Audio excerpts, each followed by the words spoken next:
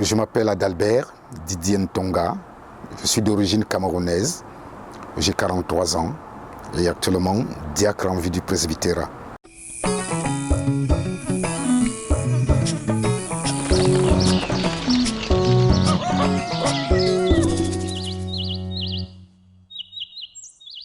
Je dois reconnaître que mon parcours n'a pas été linéaire.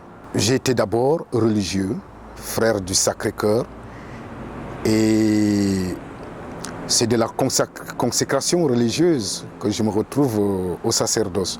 Mais il faut dire que au départ, mon idée, quand j'allais trouver des frères, quand j'étais très jeune, à 14 ans, je suis allé trouver des frères. Dans ma tête, c'était de devenir prêtre. Alors je ne savais pas que les frères ne devenaient pas des prêtres, qu'ils avaient un statut de frères laïcs. Bon, l'environnement dans lequel je m'étais retrouvé et la formation m'a amené à aimer ma mission d'éducateur. Mais au fil du temps, l'idée première est revenue. Et elle était arrivée suite à des multiples missions que j'ai eues à faire au niveau de la congrégation comme éducateur, à parcourir les pays, les communautés éducatives particulièrement, et m'occuper des enfants pauvres. Et particulièrement lorsque j'ai été affecté en France, comme étudiant, la vocation de prêtre est une vocation particulière. Celle de religieux frère est également une vocation particulière, une consécration. Mais dans l'appel à la vocation presbytérale, le Christ devient pour moi un centre par lequel toute mon activité, toute mon action, tout le peuple de Dieu se réunit, y compris moi-même. C'est à lui que j'offre le sacrifice, et ce sacrifice-là qui est pour moi important. Je l'offre pour moi-même et pour son peuple.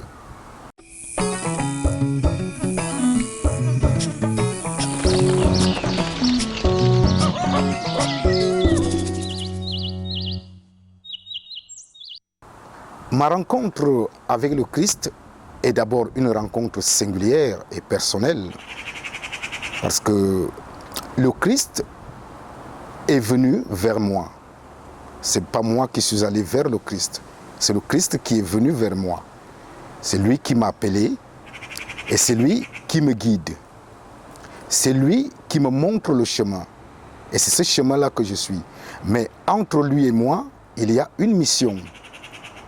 Cette mission, c'est annoncer le royaume de son Père. Annoncer aux hommes que Dieu nous a créés et par nos différentes limites et notre orgueil, nous sommes tombés dans le péché. Et Dieu lui-même a pris l'initiative de nous réhabiliter de ces péchés. Lui-même, il a pris la condition humaine. Et je suis fier d'être sauvé. Et ce qui fait que quand je vis pour le Christ et avec le Christ.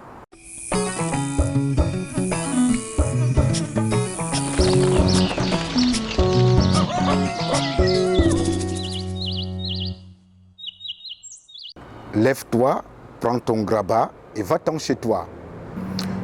Cette parole est très profonde pour moi, parce que la principale mission du Christ, c'est de nous libérer de tout ce qui nous empêche d'aller vers lui, nous libérer de la paralysie qui freine l'homme à reconnaître l'autre comme étant créé à l'image de Dieu.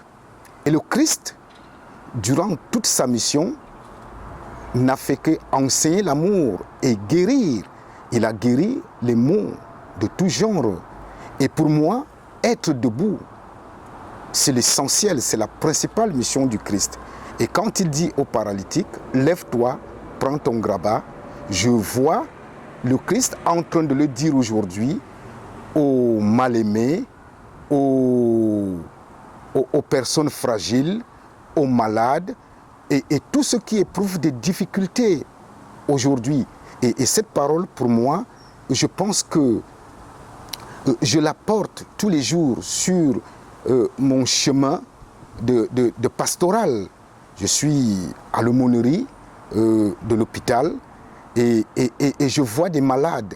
Je leur dis, courage, le Christ est avec toi.